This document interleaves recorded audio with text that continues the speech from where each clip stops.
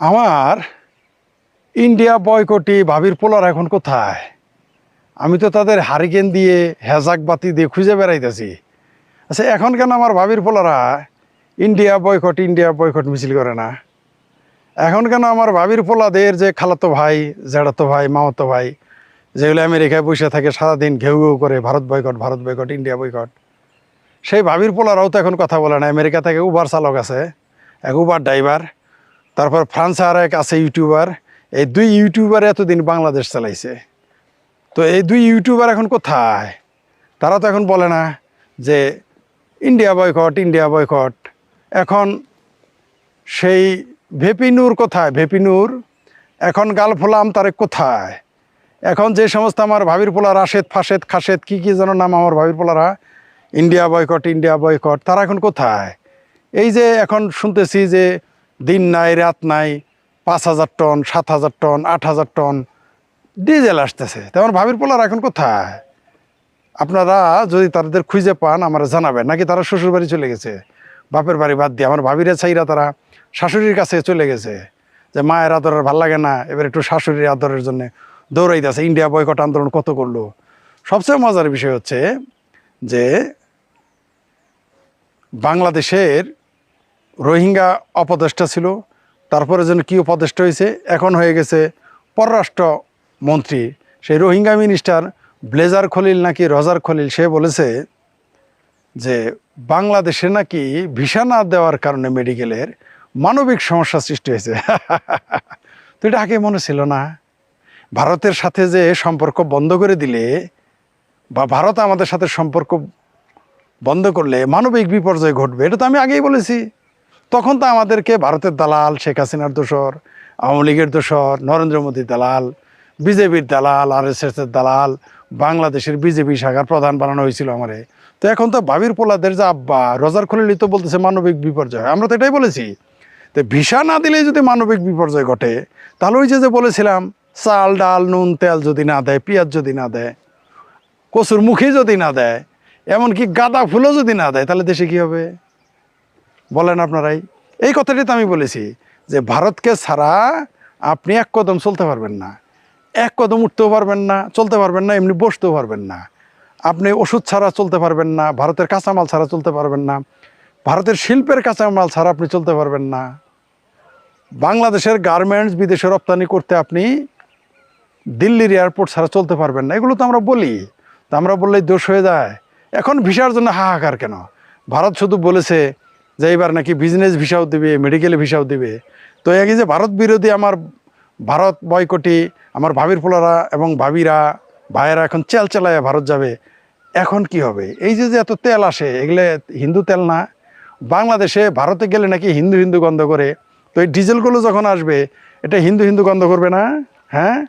সবচেয়ে আরেকটা মজার তথ্য দেয় আপনাদের, সবচেয়ে আজব ঘটনা শোনাই। মৌলানা গাবগাছির নামটা আপনারা শুনেছেন, যাকে আপনারা আব্বাসি বলেছিলেন। গাবগাছি অবশ্য আমি বলি না, গাবগাছি বলে যে ফেদানি নাকি ফেদানি 36 ইঞ্চি একটা শিশু বক্তা আছে 35 বছরের, সে বলতো গাবগাছি। সেই গাবগাছি বলছে বাংলাদেশের সাথে নাকি সম্পর্ক করতে হবে রাশিয়া আর চায়নার। তো এতদিন না স্লোগান দিলেন যে রুশ ভারতের দালালেরা হুঁশিয়ার সাবধান। এই যে দেখেন আপনি, এটা কিন্তু আপনারা বলেন যে সুফিবাদীরা নর্মাল হয় না, এরা হয় না নর্মাল না, এরা অ্যাবনর্মাল হয়। সরমনের পীর আর সুফিবাদের এই পীর গাবগাছি কিন্তু একই কথা বলেছে। কি বলেছে? বলছে যে চায়নার সাথে আর রাশিয়ার সাথে সম্পর্ক করতে হবে, ভারতের সাথে সম্পর্ক করা যাবে না। আর চামড়া নাই পীরের যেটা আছে, রেজাউল নাকি ফেজাউল নাকি ভেজাউল করিম নাকি ভেজাই না করিম, কী মনে নেই এগুলো নাম, সেই পীর বলেছিল কি যে ভারত ছাড়া যাহাকে ইচ্ছা তাকে বন্দর দিয়ে দেখ। এই দেশের মৌলবীরা কিন্তু সবাই জাতে মাতার তালে ঠিক। আরেকটা বিষয় বলি যেটা এখন খুবই গুরুত্বপূর্ণ, মানে কথায় কথায় বলে থাকে। একদিকে মৌলবীরা হঠাৎ করে দেখবেন আপনাকে বলবে যে বাংলাদেশে যে আমরা আমরা যে ভারতের সাথে মালামাল টাকা দেয়নি না, তাহলে ভাই টাকা দে, তুমি ভারতের কাছে যাও কেন? ভারত ছাড়া আর কোনো দেশ নাই, সেখানে যাও। তো ভারতে জ্বালাবো কেন? তোমার পীড়িতের কত দেশ আছে, কত খালাতো ভাই তালাতো ভাই নাই লেখিতে বিয়েছে গাই, কত ভাই আছে, বন্ধু আছে, তাদের কাছে যাও। চাচা আছে, মামা আছে, খালু আছে, ভারতের কাছে যাবা কে? মায়ের পেটের বোনের সাথে, মায়ের পেটের ভাইয়ের সাথে ঝগড়া লাগলেই যারা কিনা বাড়ির ভিতরে ওয়াল দেয়, বাড়ির গ্রামের মধ্যে বেড়া দেয়, ভাইয়ের দিক তাকায় না, মুখের দিক তাকায় না, অসুস্থ হলে দেখতে যায় না, সেই লোকটাও বলে যে আমরা কি ভারত থেকে টাকা দিয়ে কিনি না? ওরে ভালোবাসা রে, টাকা দে, তুমিও টাকা মাগনা হাতে, তোমার কে বলছে তুমি অন্য দেশ থেকে আনো? তুমি ভিগারিস্তান পাকিস্তান থেকে নিয়ে আসো, বাংলাদেশ তো জাকাতিস্তান বানাতেই চাইছো, তোমরা ওইখান থেকে নিয়ে আসো, তোমাদের ভারতে যেতে হবে কেন? আর সবচেয়ে ইন্টারেস্টিং বাত হচ্ছে এই যে গাবগাছির, সেটা হলো যে রাশিয়ার সাথে সম্পর্ক করতে বলছে কে? গাবগাছি বলে মৌলভীরা। কোন মৌলভী? যে মৌলভীরা একদিন রাশিয়ার বিরুদ্ধে আন্দোলন করেছে, রাশিয়াকে কাফের রাষ্ট্র বলেছে, রাশিয়াকে কমিউনিস্ট রাষ্ট্র বলেছে, এমনকি রাশিয়া ভাঙার জন্যে এই মৌলবাদীরা আমেরিকার হয়ে কাজ করেছে, এই মৌলবাদীরা সোভিয়েত ইউনিয়ন ভাঙার জন্য সৌদি আরবের সাথে কাজ করেছে। তো এখন সেই রাশিয়া ভালো হয়ে গেল। মানে আজব ব্যাপার। মানে দিন শেষে এই দেশের মানুষেরা তীব্র ভারত বিরোধী। এদের ভারত বিরোধিতা দুইটার কারণে বারবার বলে আসছি। প্রথমত হচ্ছে এরা মুক্তিযুদ্ধে বাংলাদেশের পক্ষে নিয়েছিল, বাংলাদেশের পক্ষে ছিল, সহযোগিতা করেছে, এই জন্য তারা ভারতের বিরুদ্ধে। দ্বিতীয়, ভারত হচ্ছে তারা মনে করে এটা হিন্দুর দেশ, তার জন্য তার ভারত বিরোধিতা করে। এই দুইটা কারণ ছাড়া ভারত বিরোধিতার কোনো কারণ নাই। আর তথাকথিত কিছু লোক আছে যারা ধার্মিক দল নয়, চিঙ্গুবাম বলে পরিচিত, তারাও ভারত বিরোধিতা করে ওই আওয়ামী লীগ বিরোধিতা করার স্বার্থে। তারা ভারত বিরোধিতা করবেই, এমন না যে কেউ কেউ আবার বলতে পারেন যে নরেন্দ্র মোদী আসছে দেখে নো, এরা ভারত বিরোধিতা অলওয়েজ করতেই থাকবে। কারণ এদের চিঙ্কুবামের 3 কাম: আওয়ামী লীগ, শেখ হাসিনা, বঙ্গবন্ধু, এদের বদনাম করায়। চিঙ্কুবামের 3টা কাম থাকে, আর বাইরে তারা কোনো কাজ করতে পারে না। এরা করবেই। এরা মৌলবীরা যেমন 5 বার আজান দেয়, আর চিঙ্কুবামরা দিনের মধ্যে 15 বার আওয়ামী লীগের গালি দেওয়ার আজান দেয়। নাহলে এদের ভালো লাগে না, এদের বাথরুম হয় না, পেশাব হয় না, ঘুম হয় না, এদের কোনো কিছুই হবে না, পারবে না, এরা গালাগালি না করে থাকতে পারবে না। তাহলে এই যে ভারত বিরোধিতা, গাবগাছিকে তো বলতে শুনি না একবার বলুক যে ভারতের সাথে কিসের সম্পর্ক, তোমরা তেল আইনো না, এই ভারতের সাথে কিসের চাউল আইনো না, ভিয়েতনাম থেকে চাল আনবো, বার্মা থেকে আনবে, চায়না থেকে আনবে, আনুক, থাইল্যান্ড থেকে আনুক, চাউলের জায়গা না, প্রয়োজনে দুবাই থেকে চাউল, দুবাই গিয়ে প্রয়োজনে মরুভূমিতে ক্ষেত বানাই, বাংলাদেশ থেকে যাবে, প্রয়োজনে ইরানে গিয়ে, বাংলাদেশে তো এখন কমিউনিস্ট পার্টি অনেক, প্রয়োজনে ইরান গিয়ে তারা ধানাবাদ করবে, বালুকে তারা ওইখানে বাংলাদেশ থেকে জাহাজে করে মাটি নিয়ে যাবে, মাটি নিয়ে ওইখানে বালুর উপরে রেখে ওখানে ধানাবাদ করবে, গমাবাদ করবে, সেগুলো নিয়ে আসবে, পুত পবিত্র হয়ে যাবে। তা না রেখে কেন ভারতে যায়? কারণ এই দেশের মানুষ বলে যে হিন্দুদের দোকানে যায়ও না কেন? কারণ মুসলমানের দোকান থেকে খাও, কারণ মুসলমানের উপকার করতে হবে। হিন্দু দোকানে কেন যাবো? ওরা কাফের, ওরা মুসলিম, তাই না? তো তাহলে ওই ভারত তো এটা মুসলিম রাষ্ট্র, এখান থেকে যাওয়া কেন? মুসলমান রাষ্ট্রে যাও, আরো 56টা মুসলমান রাষ্ট্র আছে, তুরস্কে যাক, তুরস্কে গিয়ে তারা তুরস্কের সমুদ্রের পাড়ে, সমুদ্রের উপকূলে গিয়ে তারা ওইখানে ভাসমান ধান, গম, ভুট্টা, তারপরে মুরগি, আন্ডা, এগুলো চাষাবাদ করুক, সমস্যা কি? করে ওগুলো বাংলাদেশে আবার নিয়ে আসুক, এটাই তো ভালো হয়। কেন ভারতে যাবে ভাই? মানে এরা কত বড় বেহায়া, বেলাস। এদের আপনি যতবারই লজ্জা দিবেন এদের লজ্জাও হবে না, এদের লজ্জাও নেই। এরা কথায় কথায় বলে ভারত ছাড়া কি চলবে না, ভারত ছাড়া চলবে না, ভারত ছাড়া চলবে না, আমরা যেটা বলেছি সেটাই সঠিক।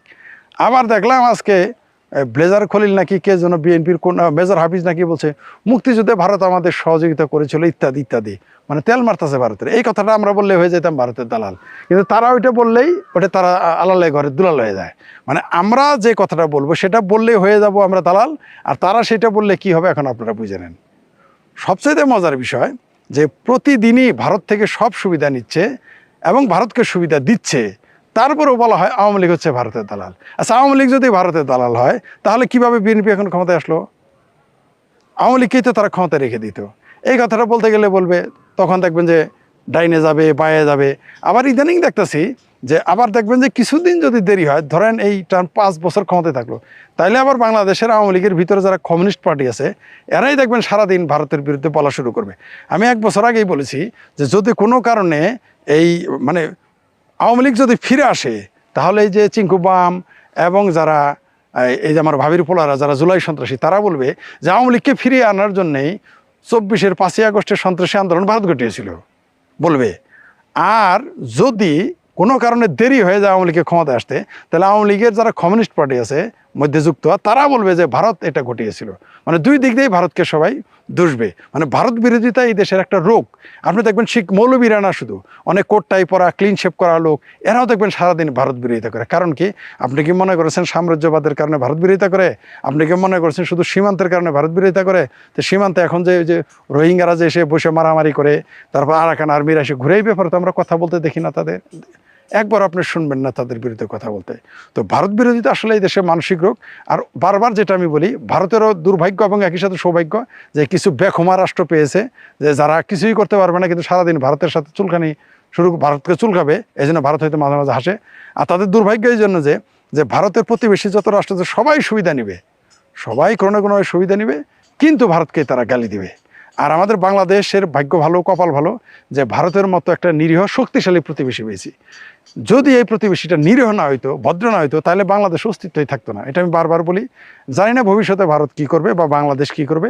তো এইভাবে যদি এই দেশটা চলতে থাকে তাহলে দেখবেন এক সময় এই দেশের সার্বভৌমত্ব নিয়ে টানাটানি লাগবে। আরেকটা জিনিস আপনাদের বলে রাখি, এই যে ভারত বিরোধিতা করতে করতে তারা এক সময় বাংলাদেশে হিন্দু শূন্য করবে, আপনি নিশ্চিত থাকেন।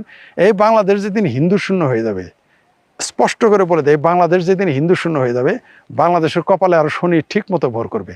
ঠিক যেমন মৌমাছি, যদি আপনি দেখেন মৌমাছির কোনো গুরুত্ব নেই আমাদের সাধারণভাবে আমরা মনে করতে পারি, কিন্তু মৌমাছির অনেক গুরুত্ব। মৌমাছি যদি না থাকে তাহলে ওইখানে আবাদ কম হবে, মৌমাছি না থাকলে সেখানে সমস্যার সৃষ্টি হবে।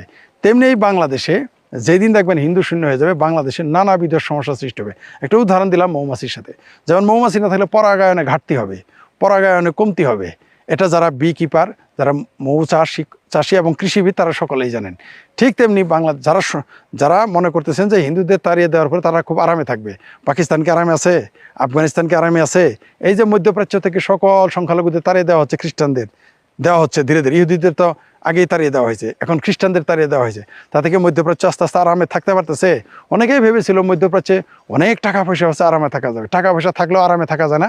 তার প্রমাণ এই 2026-এ আমরা দেখলাম, যখন এখানে দুবাইয়ের মতো নিরাপদ রাষ্ট্র এখন অনিরাপদ হয়ে গেছে, সৌদি আরবের মতো রাষ্ট্র এখন অনিরাপদ হয়ে গেছে।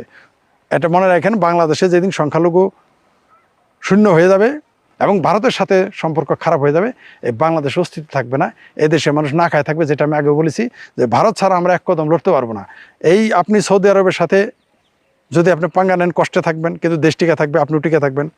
আপনি যদি আমেরিকার সাথেও যদি পাঙ্গা নেন, তাও টিকে থাকবেন, কিন্তু চায়নার সাথে নিলেও আপনি পাঙ্গা কোনো রকম টিকে থাকবেন। কিন্তু ভারতের সাথে যদি আপনি পাঙ্গা নেন, আপনাকে না খেয়ে থাকতে হবে, কেউ আপনাকে রক্ষা করতে পারবে না, কোনো রাষ্ট্র আপনাকে রক্ষা করতে আসবে না।